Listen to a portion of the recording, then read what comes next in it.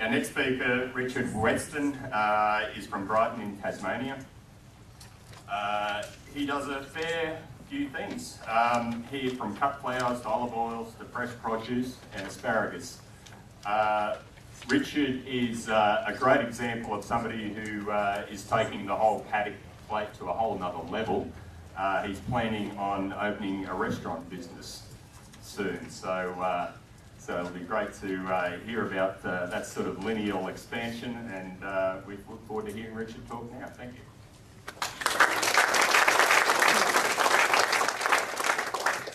Thanks very much, Don. Welcome, ladies and gentlemen. It's a pleasure to be here. I've been looking forward to this moment since the day I was announced in Nuffield. When I started 2 years ago, I had jet black hair. I now refer to this as Nuffield Silver. My chosen topic is white asparagus production for the gourmet market. Our current business, I'll go back a step. We currently are a first generation farmer. We've been farming for 4 years and we farm 5.3 hectares. We grow award-winning olive oil, herbaceous peony roses for the domestic market and export, and we grow vegetables for high-end restaurant market.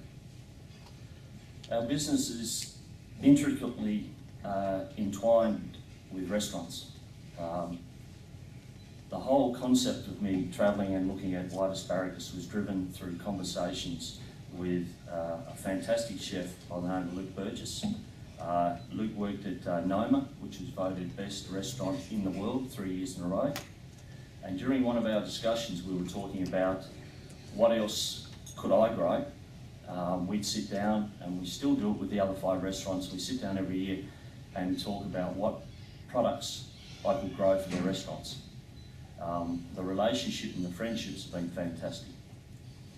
It was during one of these conversations that Luke was saying, this amazing product, chefs right throughout Australia, we're struggling to get it, was white asparagus. I did a little bit of research, and during my research, I came across the fact that 80 million Germans eat 1.7 kilos of white asparagus a year per person. And I thought, well, that's pretty amazing because Germans are very rarely wrong. I then found the Netherlands, 700 grams of white asparagus.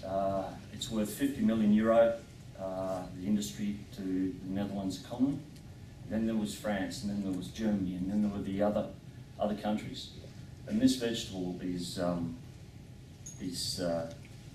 almost worshipped when it comes into season. They have, as they refer to it, spargle festivals, and they get fairly excited, I don't mind telling you.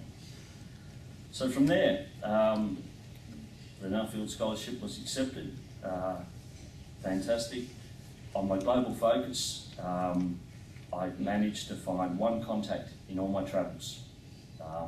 Thank goodness it was in Brussels on a farm visit, which one of the people showing us about the farm were from Bayer.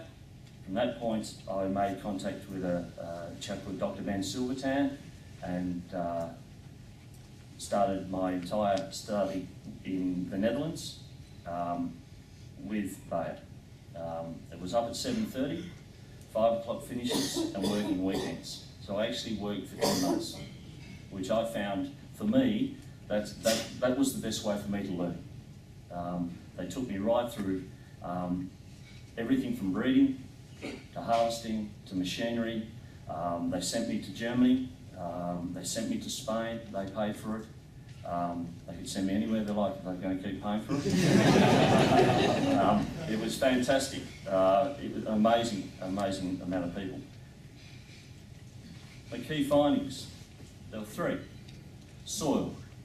That won't surprise anybody. Without soil, we're really going to struggle. The keys there were very interesting soils. The Dutch grow their white asparagus on sandy loams. The Germans grow it on clay loams. We've got a bit of both, so I was relatively happy with that. What was very interesting is asparagus will go down to 1.5 metres.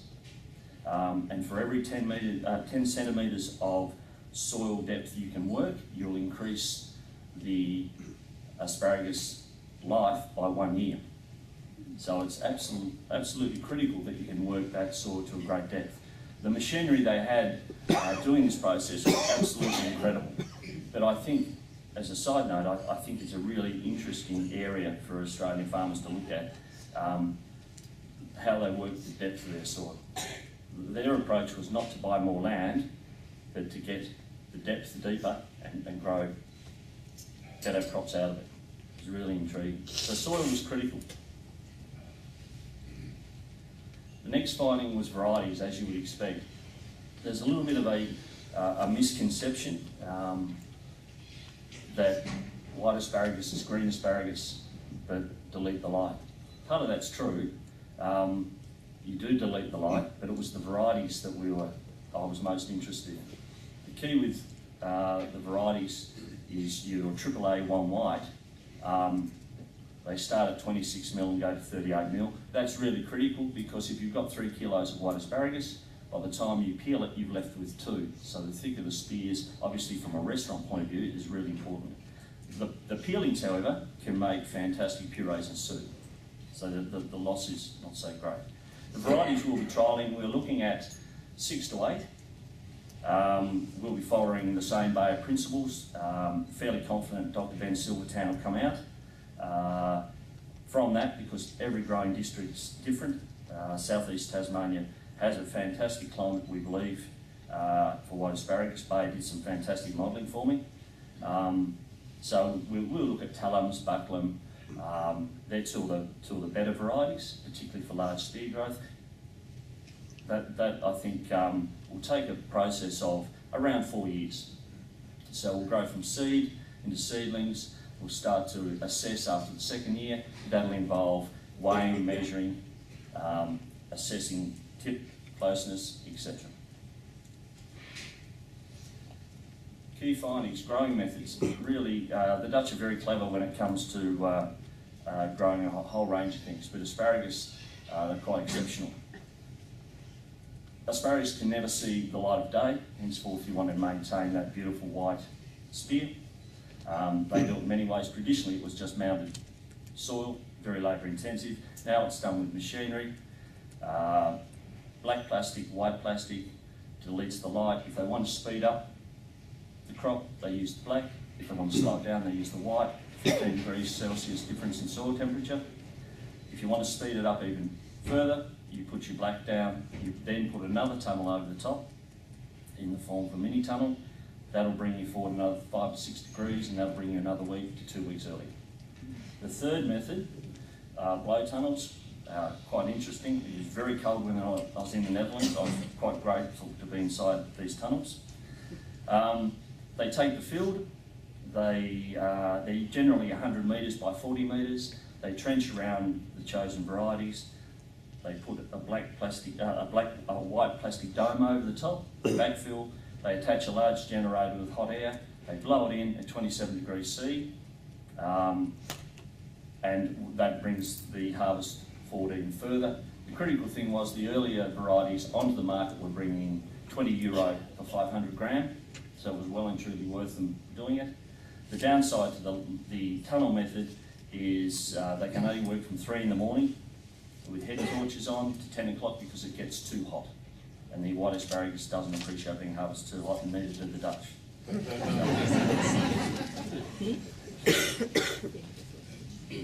Trialling varieties, as I mentioned briefly earlier, that'll be the key for us. Working out the varieties for Tasmanian conditions. That's the exciting part. But my approach to this is it's not for me. I'd like to think, one of the things I'd like to do is to be able to start an industry in Tasmania for Tasmanian farmers so we can diversify even more, Michael.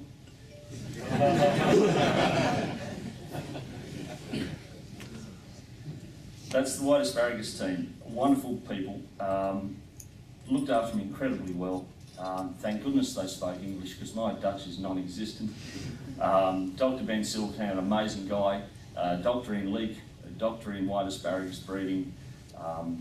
They opened the doors up. It was incredible. And the other chap that I travelled extensively with from Bayer, who had, we turned out we were remarkably similar, even sporting the same hairstyle, was Leonardo Winkle-Mullen. Terrific guy, very clever guy, a plant breeder, but also a farmer of white asparagus, 4 generations. So had that practical nous and had the technical nous, and yeah, it was a fantastic travelling to Spain with him. Finally, I'd like to thank Impact Fertilisers, Department of Primary Industry, Water and Environment, Nuffield, to say the very least. I can't tell you how thankful I am that you took a chance on me.